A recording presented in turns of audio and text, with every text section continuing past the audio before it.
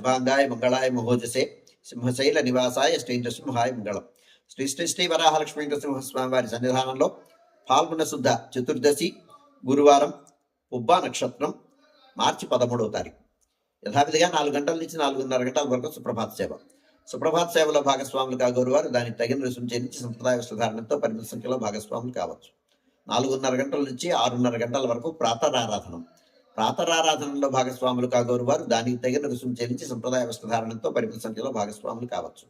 ప్రాతరారాధనలో భాగంగా నిత్యవేద పారాయణం, ఉపనిషత్ పారాయణం, దివ్య ప్రబంధ సేవాకాలం, అనంతరం ధూప సేవ సమయంలో చతుర్వేద పారాయణం, శ్రీరామాయణం, భారతం, భాగవతం, విష్ణు పురాణం, క్షేత్రమహాత్మ్యం, వరాహపురాణం, శ్రీవాక్యం, భగవత్ విషయం మొదలైన గ్రంథాలని పారాయణం చేయడానికి ఉపక్రమిస్తారు. అనంతరం బాలభోగ నివేదనం అయిన తర్వాత నిత్యోహోమం, బలిహరణం అయిన తర్వాత మంగళాశాస్త్రం, చేతమర గోష్ఠి, తీర్థం వినియోగం అయిన తర్వాత చుట్టు సన్నిధిలో మంగళాశాస్త్రం పూర్తి చేసుకున్న తర్వాత సుమారు 6:30 గంటల నుంచి సర్వదర్శనం ఆరంభమవుతుంది. 7:30 గంటలకు గురువార ప్రయుక్తంగా అష్టోత్తర శత స్వర్ణ పుష్పార్చనం, 8:30 గంటలకు గరుడ సేవ, 9:30 గంటలకు నిత్య కళ్యాణం ఆరంభమవుతాయి.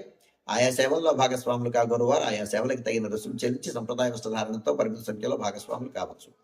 11:30 గంటల నుంచి 12:15 గంటల వరకు రాజభోగ నివేదనం, మహానివేదనం. ఈ సమయంలో భక్తుల యొక్క దర్శనములు నిలుపుదల చేయడం జరుగుతుంది. శ్రీ స్వామివారి మాస జయంతి ప్రయుక్తమైనటువంటి ఆస్థానం సేవాకాలం ఈ సమయంలో జరుగుతుంది. మధ్యాహ్నం 12:15 గంటల నుంచి 2:30 గంటల వరకు సర్వదర్శనం కొనసాగుతుంది. 2:30 గంటల నుంచి 3 గంటల వరకు మధ్యాహ్న విరామం. ఈ సమయంలో భక్తుల యొక్క దర్శనము నిలుపుదల చేయడం జరుగుతుంది. మధ్యాహ్నం 3 గంటల నుంచి రాత్రి 7 గంటల వరకు సర్వదర్శనం కొనసాగుతుంది. సాయంకాలం 5 గంటల నుంచి 5:30 గంటల ప్రాంతంలో ప్రధానాలయంలో సహస్రనామార్చన జరుగుతుంది. ఆస్తికులైనటువంటి భక్తులు దానికి తగిన రుసుము చెల్లించి సంప్రదాయ వస్త్రధారణతో పరిమిత సంఖ్యలో భాగస్వామి కావచ్చు. రాత్రి 7 గంటల నుంచి 8:30 గంటల వరకు రాత్రి ఆరాధన. రాత్రి ఆరాధనలో భాగస్వాములు కాగోరు వారు దానికి తగిన రుసుము చెల్లించి సంప్రదాయ వస్త్రధారణతో పరిమిత సంఖ్యలో భాగస్వాములు కావచ్చు.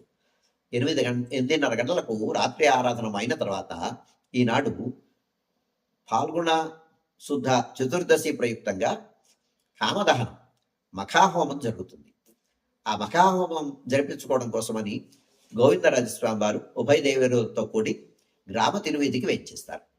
గ్రామ తిరువీధికి వేయించేసి జోడుభద్రాల దగ్గర అగ్ని ప్రతిష్టాపన చేసి అక్కడ అంగహోమం, ఇంకార హోమం అనేటువంటి హోమాలు జరుగుతాయి.